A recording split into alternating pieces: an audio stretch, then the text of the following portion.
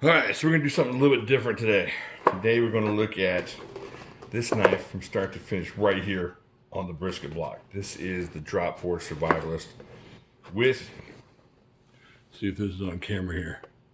Check that out.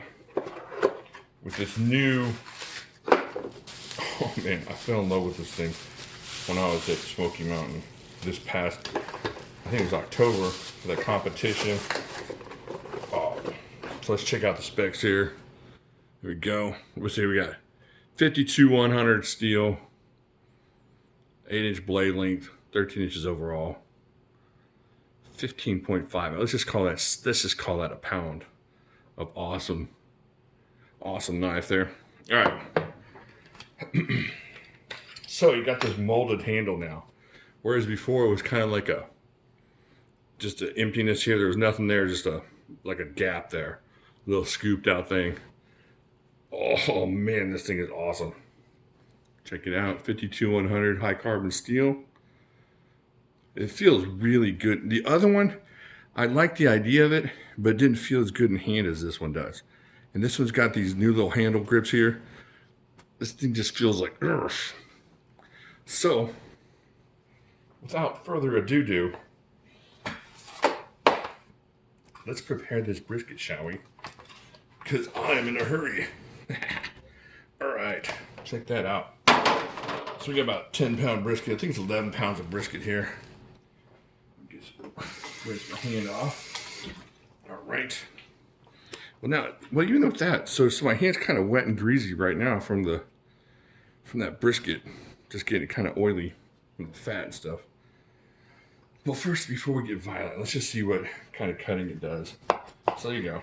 I mean, as a camp kitchen knife, this thing's probably overkill, but you can stick this in your kitchen, use this all day. This thing just does awesome. Let me throw this in the brisket pan up here. Let's see, get over here. Can you see this? Yeah, you can see that. So here we go. Cut this corner piece off there. This thing comes super sharp. Really, really sharp. And then, so now my hand's all greased up from this brisket. So let's see if I can hold on to this to do enough chopping here. Yeah, see, this isn't gonna slip out of my hand whatsoever. So this grip, even though it's kind of slippery up here, there's all this grip down here, makes it to where if you're using this in the field or whatever, it's wet, or you just mowed through 1,000 of your enemies, Samson-like, instead of using the jawbone of a donkey, you got the Drop Force Survivalist here. This thing's awesome. I don't usually like fixed blades with this guard down here, but this doesn't get in the way. This thing is just works out great. Check that out. So it slices really nicely. Oh, you know what we're gonna do? We're gonna see if it. This is gonna be where we're gonna cut some belly hair. Yeah, this thing is super sharp. Let me rinse it off now, because that'd be weird. Nobody wants to eat the belly hair. All right, let's get some more water in our hands. See if we can keep cutting with this thing. All right, so hands all wet and greasy. You know how you get wet, greasy hands? And look, I can do this one-handed. Just right through it. It's not slipping. That's really my non-dexterous cutting hand too. So I'll add a little grease to this side and just cuts right through. This thing is awesome. I mean, I could whack on this thing all day as far as the wood. I want to do that in a later video, but for right now, this brisket, just right through it, just like that. Check this out. There we go. Let's see if this goes. Yeah, see? It just is doing a really awesome job. This, I mean, it sounds silly, but this makes a good, just slicey kitchen knife. 8 inches of big old kitchen knife. It's a super slicer. It's sometimes you're slicing with a knife like this, and it gets caught up because of the grind or whatever. But this thing works out well. Minimal effort going through that meat. There's big chunks of meat there. Once again, brisket purist, avert your eyes. For what I'm doing is not pure brisket. But if you're feeding a lot of people, this is the way to go. Make you some tacos. make you the most delicious chopped brisket you'll ever eat. So there you go. This is the Drop Forward Survivalist. It's awesome. Here's all the specs one more time. We'll read these since we don't have our instruments here. 13 inches overall. 8-inch blade, 52-100 high carbon steel. It's a pound in the hand, but it doesn't feel real heavy. So it's not too bad in the hand. Let's see what else. And 5-inch handle. So the handle's nice. This is all greased up now. Let's see if we can flip this around in my hand. So got this all slickered up. Check this out. It doesn't want to turn. I get so much grip with the inside of my palm and the back here on my fingers. You can't turn this. You can't turn this around on me. Now, see, either way, this thing is holding fast. You get a little bit out there on this really nice texturing here, and it's not going anywhere. All right, so there you go. I love this knife. You're not gonna be able to beat this kind of knife. Seriously, you're not gonna feel bad about killing this thing or trying to murder it. It just works out great in hand, and it feels like something you'd want to take out in the woods and do stuff with. So there you go, the Drop Forward Survivalist by Cold Steel. Thank you, Smoky Mountain, for sending that my way, putting that in my bag while I was there.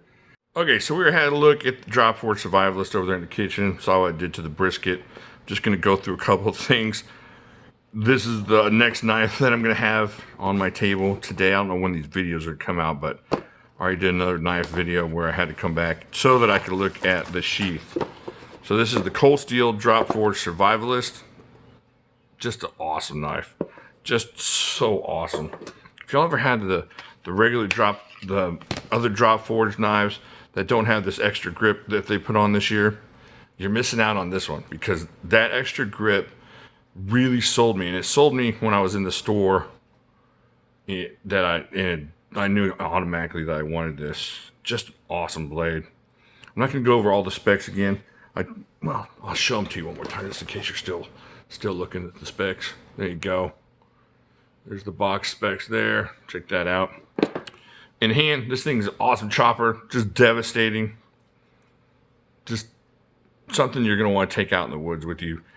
Kind of a one-stop knife. I just can't think of what you couldn't do with this knife out, in the woods doing things, and just a great blade. I really like to see what kind of chopping it does, but I'm not sure I'm going to do that just yet. I might do a massive chopping video later on, or early in next year, and just take a bunch out in the woods and start whacking things. But for right now, this is the Drop Forward Survivalist. I highly recommend it, and I can't thank Smoky Mountain enough, Smoky Mountain Knife Works enough for getting this to me. They're just too good to me. smkw.com. There's a lot of places to buy your knives, but you're going to buy knives from really cool people. Go over here, check them out. And if you're going to go over there, use my affiliate link down there. That helps the channel, helps me out. There you go. Drop Forward Survivalist, Cold Steel, doing awesome stuff. Let me know what you think down there. Do you have this knife? Do you have the old one without that? When you had that old one, did you put something new? Or did you wrap this up so that it felt a little bit better in your hand? That was one thing. It didn't fill my hand enough. It just didn't fill my hand, and it didn't feel correct. But this thing feels perfect. So let me know if you got the old one, and what you did to make it work in your hand, or if it just worked in your hand. And if you got this one, for sure, let me know what you think about it. All right, I think that's it. Check out smkw.com, and I'll talk to y'all later. Do me a favor, some weird subscribe, hit the bell, and then check out my other videos there. And I'll talk to you later.